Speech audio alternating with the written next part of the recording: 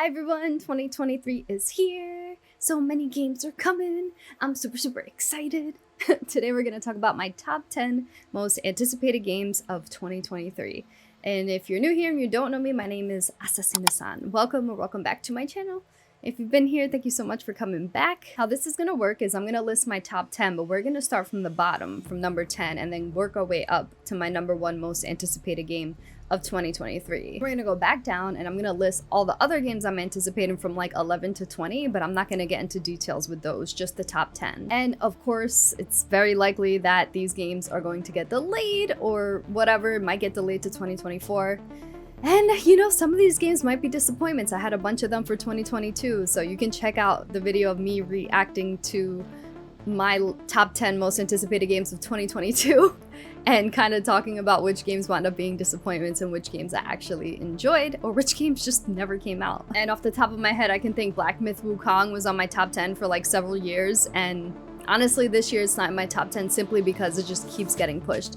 It kept getting pushed from like 2020, I think. Anyway, let's get into the top 10. So let's start with number 10, which is Alan Wake 2. Truthfully, I wasn't a huge fan of the first Alan Wake, but my biggest criticism of that game, besides the redundant combat, is that it didn't lean into survival horror as much as I wanted it to. Now it is. Knowing this and coming off my high with Control, I have exceptionally high hopes for the sequel. Also, we gotta know what he meant by, it's not a lake, it's an ocean. Alright, my number 9 most anticipated game is Suicide Squad Kill the Justice League. This initially wasn't on my top 10 until I saw the recent trailer at the Game Awards, which paid homage to Kevin Conroy's final Batman role before he passed. Plus, this is Rocksteady, and technically this is a sequel to one of my favorite series ever, Batman Arkham. Playing as each Suicide Squad member seems really fun from the combat we've seen so far. I just hope Rocksteady doesn't make the same mistake W Montreal did when they made Gotham Knights. That was a huge disappointment. Number 8 is Final Fantasy 16. This iteration of Final Fantasy seems to be deviating from the franchise, adopting a darker tone, not just in themes, but also in art direction. It's gory and we get to play as summons. That sounds so cool. I'm so excited to see how this series adapts with what seems to be a more Devil May Cry type gameplay style. Number 7 is Armored Core 6 Fires of Rubicon. This probably would have been higher on my list, but there's 2 reasons that I kept it lower on the list. One of the reasons is I'm kind of doubting that From Software could turn out another banger just a year after Elden Ring, and 2, if I actually had been good enough back in the day to be an Armored Core game. I always sucked at these games, but I love mech games and this series has so much depth. Plus, I was once shit at Demon Souls when it released in 2009, but since then I've gotten good and went through every Souls game and platinum most of them. So now I'm ready for my Armored Core redemption story, and I'm super intrigued to see how a new Armored Core game will be after all these years of From Software mastering their craft. Plus, the trailer showed at the Game Awards was one of the coolest trailers I've ever seen. There was definitely some Blade Runner and Doom vibes. See you in 2023, Raven. Number 6 is The Legend of Zelda Tears of the Kingdom. This is the sequel to a game that evolved one of the most beloved video game franchises of all time. Of course I'm excited for this game. It even pioneered open world gameplay to having an immense amount of freedom, and undoubtedly a huge inspiration for this year's Game of the Year and my favorite game of all time, Elden Ring. Except now this world is expanding to the sky much like Skyward Sword.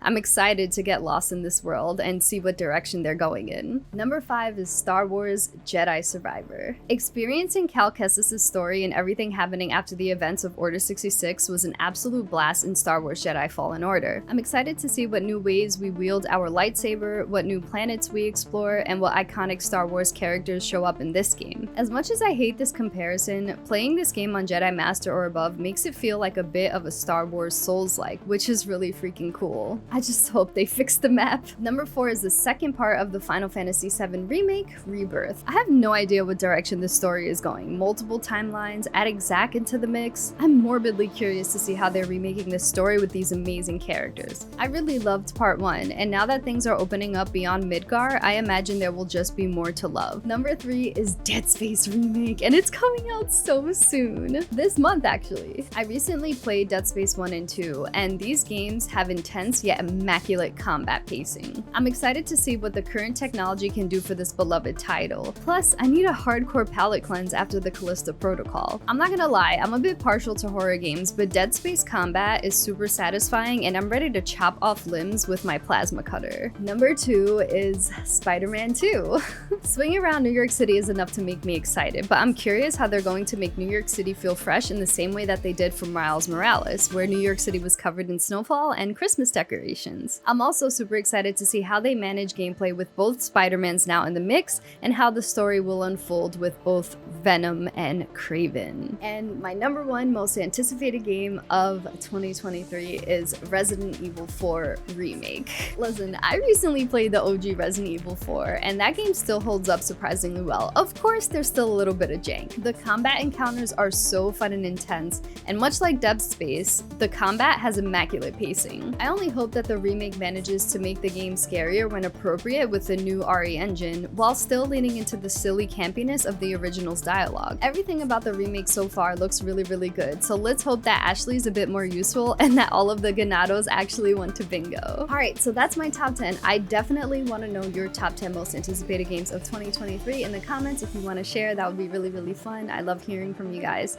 But before we end the video, I do want to go through my other anticipated games, because some of these games that I listed in the 10 might get delayed, so I definitely want to speak on that. So let's go with number 11, which is Starfield. Everything we've seen about this game shows typical Bethesda lack of polish with facial animations and combat. It seems janky still, but I'm not gonna pretend that a Fallout in space doesn't sound super cool. The thing is, the last showcase said that they have over thousands of planets for us to explore, and for someone like me that doesn't like redundant gameplay, that's not really appealing. Number 12 is Diablo 4, which all these Diablo games are an absolute blast to play with friends. Number 13 is Lies of P, a Bloodborne Pinocchio game? I mean, why is Pinocchio making a comeback with the Guillermo del Toro movie and now this?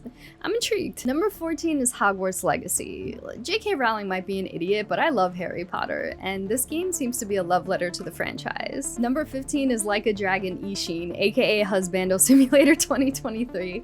Yakuza fans are eating good. Number 16 is Black Myth Wukong. I don't know, apparently these devs are sexist as fuck, but like, I really like Journey to the West, and this seems to adopt a lot of influence from Souls games, and everything we've seen of the game looks amazing. The enemy designs look immaculate, but I'll never know when it's actually coming out, so I took it off my top 10. It's been on my top 10 anticipated for so long.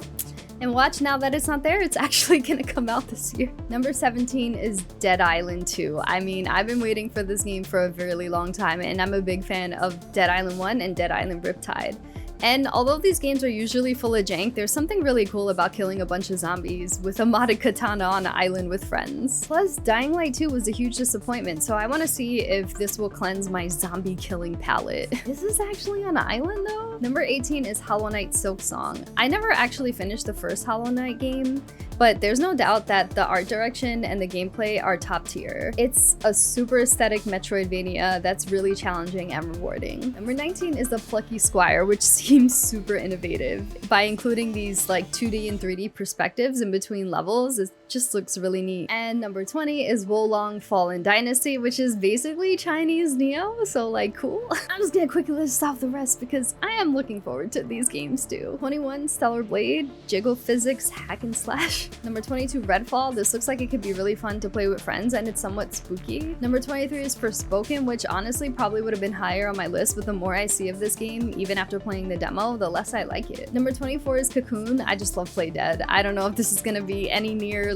the level of Inside, but I love Play Dead. Number 25 is Fatal Frame Mask of the Lunar Eclipse. Scary Japanese ghost picture game. Let's go. Number 26 is Slitterhead. Like, what the fuck is this game even? It looks like some Kojima shit. Number 26 is Street Fighter 6. I honestly fell off of fighting games, otherwise this would have wound up higher on my list, but it seems to implement a lot more side activities to keep things fresh. Number 27 is Killer Clowns from Outer Space. The movie was excellent, and so let's get spooky. Number 28, Layers of Fear. I hate the name, but like, woo, spooky. 29, Routine. 30, Flintlock, The Siege of Dawn. 31, The Last Case of Benedict Fox. 32, Ravenlock. 33, Urban Shadow Legend. 34, Aliens Dark Descent. And 35, The Wolf Among Us 2.